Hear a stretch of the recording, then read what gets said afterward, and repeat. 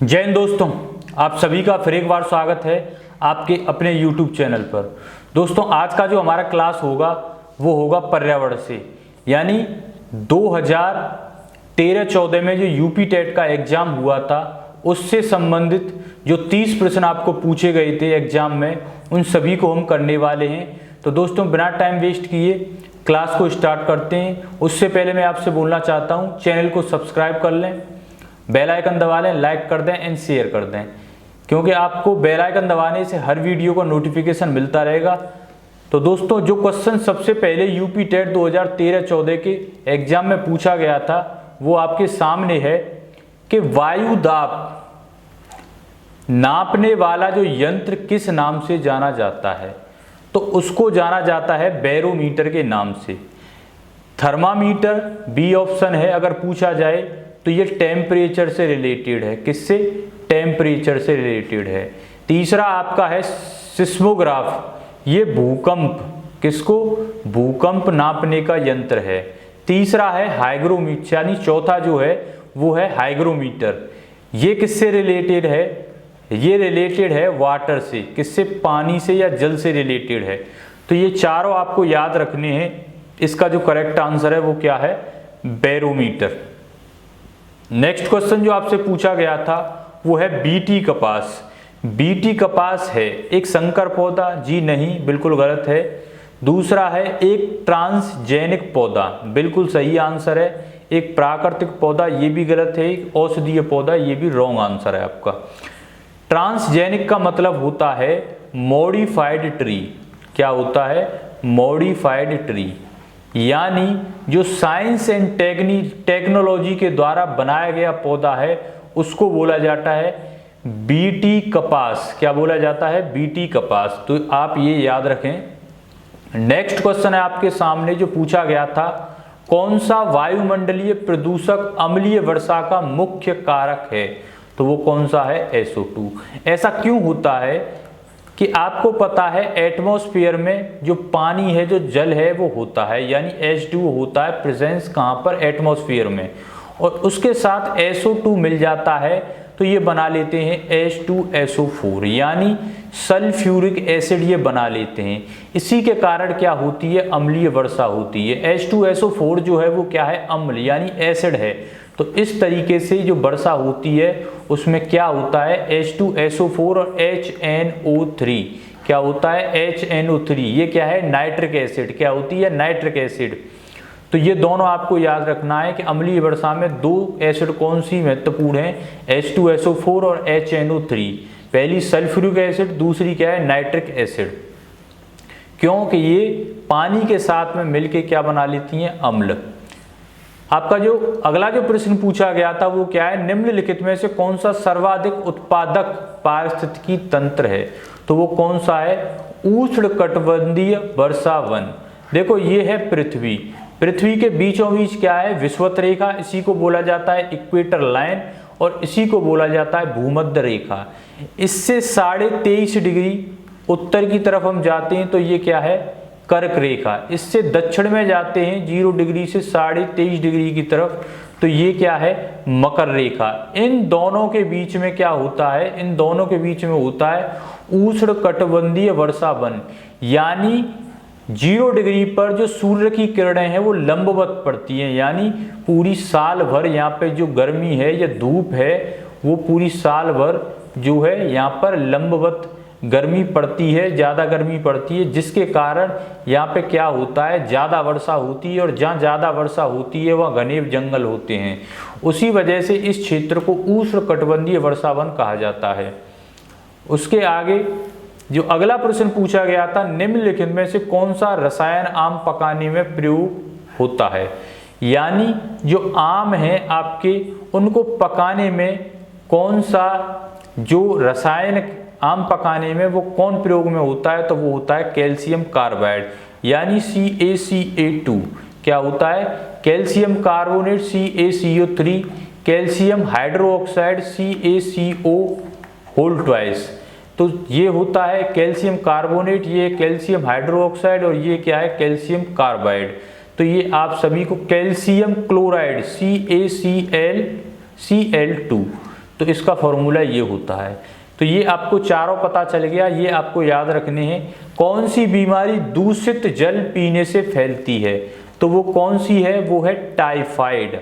क्या है, टाइफाइड। और टाइफाइड जो होता है उसमें कौन सा आपका पाया जाता है, वो पाया जाता है साल्मोनेला टाइफी, साल्मोनेला टाइफी। इसके कारण क्या होता है, जो दूषित जल होता है उसके कारण जो ज्वर आता है, ज्वर यानी जो बुखार आता है, वो टाइफाइड में, वो दूषित जल पीने से जो भी बीमारी फैलती है वो क्या है, टाइफाइड। वो किसके कारण आती है, साल्मोनेला जो टाइफी है उसके कारण जो बुखार आता है वो इसके कारण आता है। नेक्स्ट आपका जो क्वेश्चन पूछा गया था वो क्या है, निम्नलिखित में से कौन सी ग्रीन गैस नहीं है, ग्रीन हाउस गैस नहीं है। CO2 है, N2O है, CH4 है, CO नहीं है। इसको बोला जाता है कार्बन मोनोऑक्साइड। क्या बोला जाता है, कार्बन मोनोऑक्साइड।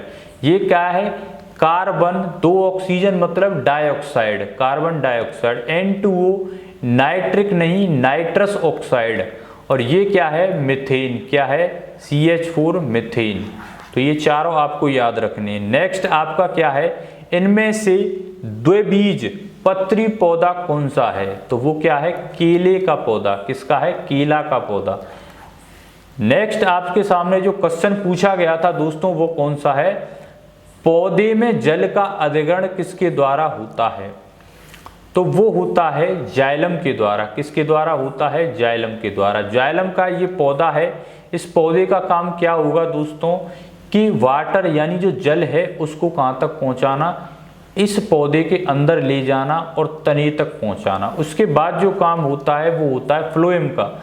वो क्या करेगा, स्टेम से पत्तों तक जल पहुँचाएगा।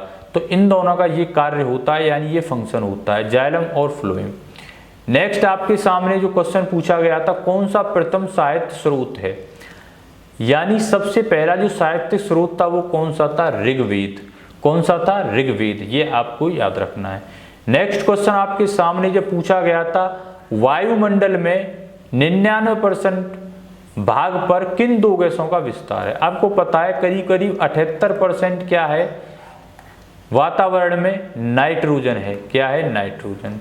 उसके बाद 19% के आसपास क्या है, ऑक्सीजन, या 21% कह सकते हो, क्या है, ऑक्सीजन।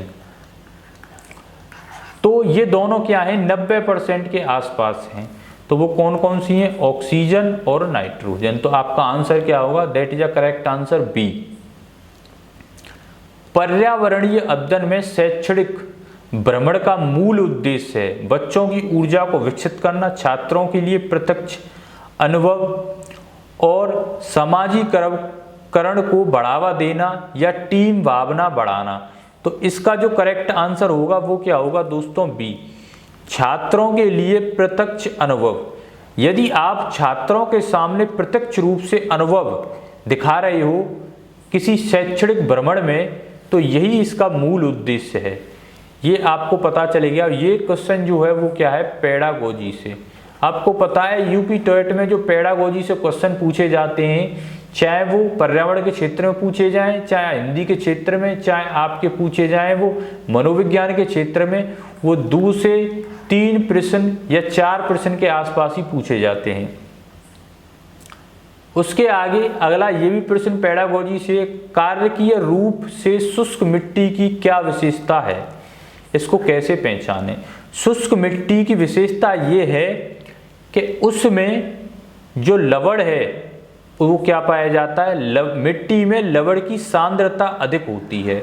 जो मिट्टी शुष्क होगी उसमें यानी लवणता जो है उसकी सांद्रता क्या पाई जाती है, अधिक पाई जाती है। ये आप सभी को पता है, तो ये आपको याद रखना है।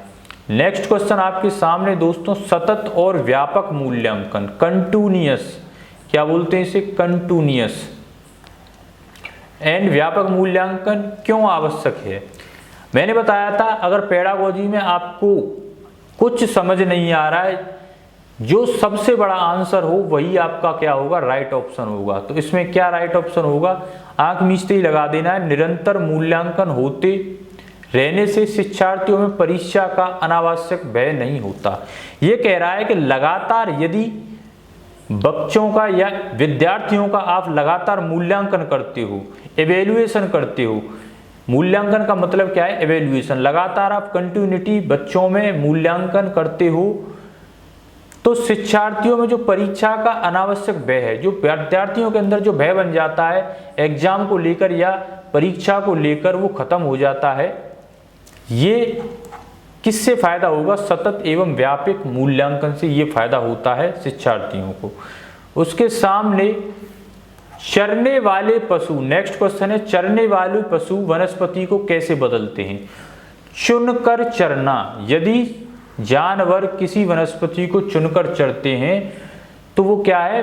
वनस्पति को बदल देते हैं। क्या करते हैं? वनस्पति को बदल देते हैं। नेक्स्ट क्वेश्चन आपके सामने, निम्नलिखित में से कौन स्वास्थ्य अस्थियों के लिए आवश्यक है? यानी जो अस्थियां या हड्डियों के लिए क्या आवश्यक है? पहली विटामिन डी, दूसरी कैल्शियम। आपको पता है कि कैल्शियम जो होता है हड्डियों के लिए बहुत ही ज़्यादा उपयोगी होता है। उसके साथ साथ जो विटामिन डी होती है वो ज़्यादा उपयोगी होती है इनकी उपेक्षा, के, ई और सी की उपेक्षा। उसके बाद भारत में हिमालय की सबसे ऊंची चोटी का नाम है। दोस्तों दो तरीके के प्रश्न है। देखो ये भारत का जो है इस तरीके से मैप है, ये मैंने आपके सामने ये मैप बनाया भारत का। इस मैप को आपको याद रखना है कि इस तरीके से जो भारत का मैप है वो इस तरीके से है। तो ये भारत का मैप है। भारत के मैप में हमने देखा एक है ट्रांस हिमालय का हिस्सा, ये ऊपरी हिस्सा है, एक है हिमालय का हिस्सा। ये तीन इसकी क्या है? शाखाएं हैं हिमालय की। जो लघु हिमालय, शिवालिक श्रेणी, ये क्या है? हिमालय के हिस्से हैं। और तीन और है ट्रांस हिमालय, लद्दाख एवं जास्कर।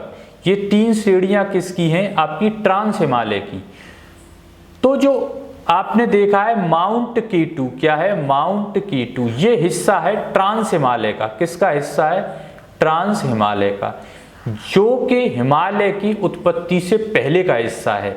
जब हिमालय की उत्पत्ति नहीं हुई थी तब भी ट्रांस हिमालय स्थित था और उसी का हिस्सा क्या है? माउंट केटू। लेकिन प्रश्न समझिए, भारत में हिमालय, तो हिमालय कहां पर है? ये, और हिमालय ट्रांस हिमालय का हिस्सा नहीं है। अब इसमें पूछा गया है कि हिमालय जो है उसमें भारत में सबसे ऊंची चोटी, तो वो क्या है? माउंट कंचनजंगा, जो कि सिक्किम में स्थित है। अब यहां पे अगर प्रश्न पूछा जाता कि भारत में सबसे ऊंची चोटी कौन सी है, तो वो कौन सी है? माउंट केटू। प्रश्न को बदलने का तरीका देखिए, आपको ज्यादातर भारत में हिमालय की सबसे ऊंची चोटी का नाम, इसका जो आंसर मिलेगा वो मिलेगा माउंट केटू। लेकिन ये आंसर बिल्कुल गलत है। अगर हिमालय से पूछा है, भारत में सबसे ऊंची चोटी पूछा है तो माउंट केटू, और भारत में हिमालय की सबसे ऊंची चोटी पूछा है तो माउंट कंचनजंगा। दो तरीके से प्रश्न पूछा जाएगा, क्योंकि माउंट केटू जो पार्ट है वो किसका है? ट्रांस हिमालय का, न कि हिमालय का। नेक्स्ट क्वेश्चन आपके सामने, प्राथमिक स्तर पर शिक्षण की खेल विधि आधारित है। विकास के मनोवैज्ञानिक सिद्धांत, पहला शिक्षण के समाज शास्त्रीय सिद्धांत, शारीरिक शिक्षा कार्यक्रम के सिद्धांत, शिक्षण विधि के सिद्धांत। तो इसका जो करेक्ट आंसर है दोस्तों वो है विकास, यानी जो बालक का विकास है, और विकास में ही क्या सम्मिलित है? वृद्धि सम्मिलित है। क्या सम्मिलित है? वृद्धि। यानी विकास के अंतर्गत जो बालक की वृद्धि एवं विकास दोनों हैं, उन दोनों के जो मनोवैज्ञानिक सिद्धांत हैं उस स्तर पर शिक्षण विधि की खेल विधि पर आधारित है। उसके आगे, वायुमंडल की सबसे निचली परत क्या है? समताप मंडल, ओजोन मंडल, आयन मंडल, क्षोभ मंडल। चौथी बार इस प्रश्न को यूपी टेट में पूछा जा रहा है। यानी सबसे नीचे क्या है? क्षोभ मंडल। क्या है दोस्तों? यहां देख लेते हैं, क्षोभ मंडल। दूसरा क्या है आपका? दूसरा समताप मंडल, समताप मंडल। और आगे इसका क्या है?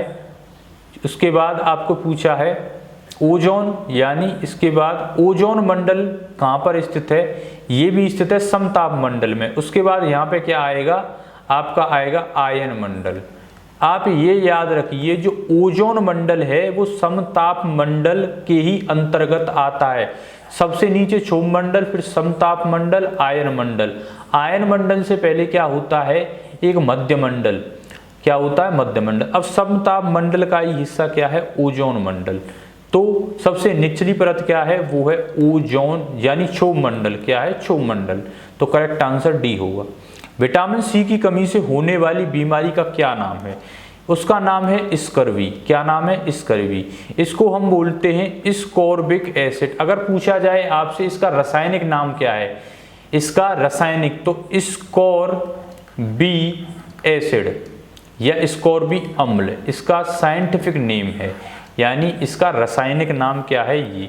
बेरी बेरी होता है विटामिन बी की कमी से, बी विटामिन की कमी से। रतौंधी होता है विटामिन ए की कमी से। किसकी कमी से, ए की कमी से। थकान कब होती है, डी की कमी से। किसकी कमी से, विटामिन डी की कमी से। तो चारों आपको याद रखने हैं। विटामिन सी की कमी से होने वाली बीमारी क्या है, वो है स्कर्वी। और स्कर्वी यानी स्कॉर्बिक एसिड इसका साइंटिफिक नेम। उसके बाद भारत में प्रथम महिला आईपीएस ऑफिसर कौन है, तो वो है किरण बेदी। ये क्या है, इनका नाम था किरण बेदी। ये क्वेश्चन आप सभी को पता भी होगा। आसाम के प्रसिद्ध एक सींग वाला गैंडा वन्यजीव अभ्यारण्य कौन सा है, एक सींग वाला गैंडा, तो ये कौन सा है दोस्तों, ये है काजीरंगा। कौन सा है, काजीरंगा। देखिए मानस और काजीरंगा ये दोनों कहाँ पर स्थित हैं, ये स्थित हैं असम में। याद रखिए मानस कहाँ पर स्थित है, असम में है। काजीरंगा कहाँ पर स्थित है, असम में। लेकिन एक सींग वाला गैंडा मुख्य रूप से कहाँ पर पाया जाता है, काजीरंगा नेशनल पार्क। इसमें दिया हुआ है अभ्यारण्य। अभ्यारण्य का मतलब होता है वाइल्ड लाइफ सेंचुरी। क्या है, वाइल्ड लाइफ सेंचुरी। लेकिन काजीरंगा अब क्या है, नेशनल पार्क है। गिर जंगल कहाँ पर स्थित है, गुजरात में। ये भी आपको याद रखना है, कहाँ पर स्थित है, गुजरात में। कान्हा किसली ये कहाँ पर है, एमपी में, यानी मध्य प्रदेश में। आपको एक और याद रखना है, रायमोना नेशनल पार्क कहाँ पर स्थित है, असम में। रायमोना नेशनल पार्क ये पहले वाइल्ड लाइफ सेंचुरी था, अब इसको अपग्रेड कर दिया गया है। अपग्रेड किसमें, रायमोना नेशनल पार्क में। इसके बाद एक है Dehing Patkai wild life sanctuary. इसको हाल ही में आपका सन 2021 जून और जुलाई के महीने में इसको अपग्रेड कर दिया गया है नेशनल पार्क में। अब ये भी आपको याद रखना है, अगर नेशनल पार्क से प्रश्न पूछा जाएगा तो यही पूछा जाएगा कि Dehing Patkai wild life sanctuary को अपग्रेड किया गया है, वो कहाँ पर स्थित है, तो वो भी आसाम में। देहिंग पटकई, रायमोना नेशनल पार्क, मानस, काजीरंगा, ये चारों कहाँ हैं, असम में स्थित हैं। निम्नलिखित में से कौन सा आग्नेय चट्टान का उदाहरण है, तो वो क्या है, बेसाल्ट चट्टान है। आग्नेय मतलब जो ज्वालामुखी द्वारा निर्मित, किसके द्वारा, ज्वालामुखी द्वारा निर्मित चट्टान है, उनको क्या बोला जाता है, बेसाल्ट चट्टान है, या उनको आग्नेय चट्टान भी कहा जाता है। तो ये आप याद रखें। पृथ्वी के वातावरण किस सतह ओजोन परत में पाई जाती है, मैंने अभी आपको बताया, जब हिंदी में बताया था, अब इंग्लिश में। देखो, स्ट्रेटोस्फीयर, ट्रोपोस्फीयर, मीसोस्फीयर और आयनो। आयनो और मीसो मतलब आयन का मतलब सबसे ऊपर, मध्य का मतलब हो गया मीसो, उसके नीचे क्या है, ट्रोपो और स्ट्रेटो यानी स मतलब समताप मंडल, और सबसे नीचे क्या है, ट्रोपो। अब इसमें पूछा है, ट्रोपो का मतलब क्या होता है, क्षोभ मंडल।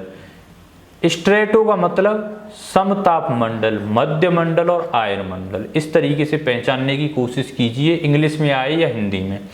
तो पृथ्वी के ओजोन परत कहाँ पाई जाती है, बार बार ये प्रश्न पूछा जा रहा है, समताप मंडल में। अभी बताया था मैंने, समताप मंडल में। नेक्स्ट क्वेश्चन, सिख धर्म के जो संस्थापक हैं उनमें से कौन है, इन चारों ऑप्शन में से सिख संस्थापक के निम्नलिखित में से कौन है, सिख संस्थापक, तो वो कौन है, गुरु नानक। कौन है दोस्तों, गुरु नानक, आपको याद रखना है। भूकंप की तीव्रता नापने का यंत्र, भूकंप अभी बताया था, सिस्मोग्राफ। क्या है? Seismograph. Cardiogram is related to heart, ये दिल से संबंधित है। किससे संबंधित है? दिल से संबंधित। नेक्स्ट क्वेश्चन, दक्षिणी गोलार्ध का सबसे लंबा दिन। देखिए ये हो गया भाई साहब पृथ्वी, बीच में क्या है? 0 डिग्री यानी विषुवत रेखा, नीचे क्या है? दक्षिणी गोलार्ध। अब ये दक्षिणी गोलार्ध है। जब सूर्य दक्षिणायन होता है, जब सूर्य दक्षिणायन होगा, हम कहाँ रहते हैं? भारत में, और भारत कहाँ है? उत्तरी गोलार्ध में, यहाँ पर।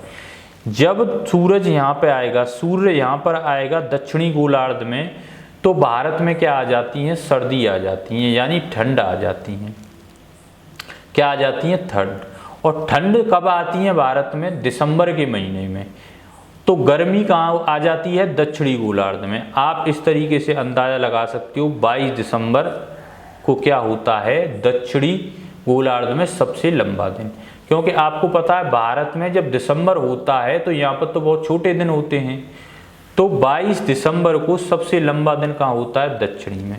उसी प्रकार हम देखें 21 जून को उत्तरी गोलार्ध में सबसे लंबा दिन होता है, क्योंकि यहाँ गर्मियाँ होती हैं। कहाँ पर? जून में गर्मियाँ होंगी, तो यहाँ पे सबसे लंबा दिन क्या होगा? 21 जून। याद रखें इस बात को। फैक्टों को, जो भी कंसेप्ट है उसको समझने की कोशिश करें, रटने की कम ध्यान दें, समझने की ज़्यादा कोशिश करें। आगे, सत्यार्थ प्रकाश के लेखक का नाम क्या है? सत्यार्थ प्रकाश का जो लेखक है उनका नाम क्या है? स्वामी दयानंद सरस्वती। क्या नाम है उनका? स्वामी दयानंद सरस्वती। करेक्ट आंसर ये होगा आपका। नेक्स्ट क्वेश्चन, बिहू भारत के किस राज्य का लोक नृत्य है? वो है असम का। किसका लोक नृत्य है दोस्तों? असम का लोक नृत्य है, पारंपरिक लोक नृत्य असम का। लास्ट जो क्वेश्चन आपसे 2013-14 में पर्यावरण से पूछा गया था वो था, खाद्य श्रृंखला के परस्पर समूह को कहा जाता है? याद रखें, खाद्य जाल। खाद्य चक्र नहीं, खाद्य जाल कहा जाता है। खाद्य श्रृंखला के परस्पर समूह को, पूरे समूह को क्या कहा जाएगा? खाद्य जाल। तो दोस्तों ये था आज का क्लास पर्यावरण से, यानी जो प्रीवियस ईयर क्वेश्चन हैं जो आपकी यूपी टेट सन 2013-14 में जो पूछे गए थे, वो जो सभी महत्वपूर्ण प्रश्न पूछे गए थे वो ये थे। तो इस तरीके से यूपी टेट में क्वेश्चन पूछे जाते हैं। नेक्स्ट क्लास कल के लिए है, तब तक के लिए मैं आपसे अनुमति चाहता हूँ दोस्तों। धन्यवाद।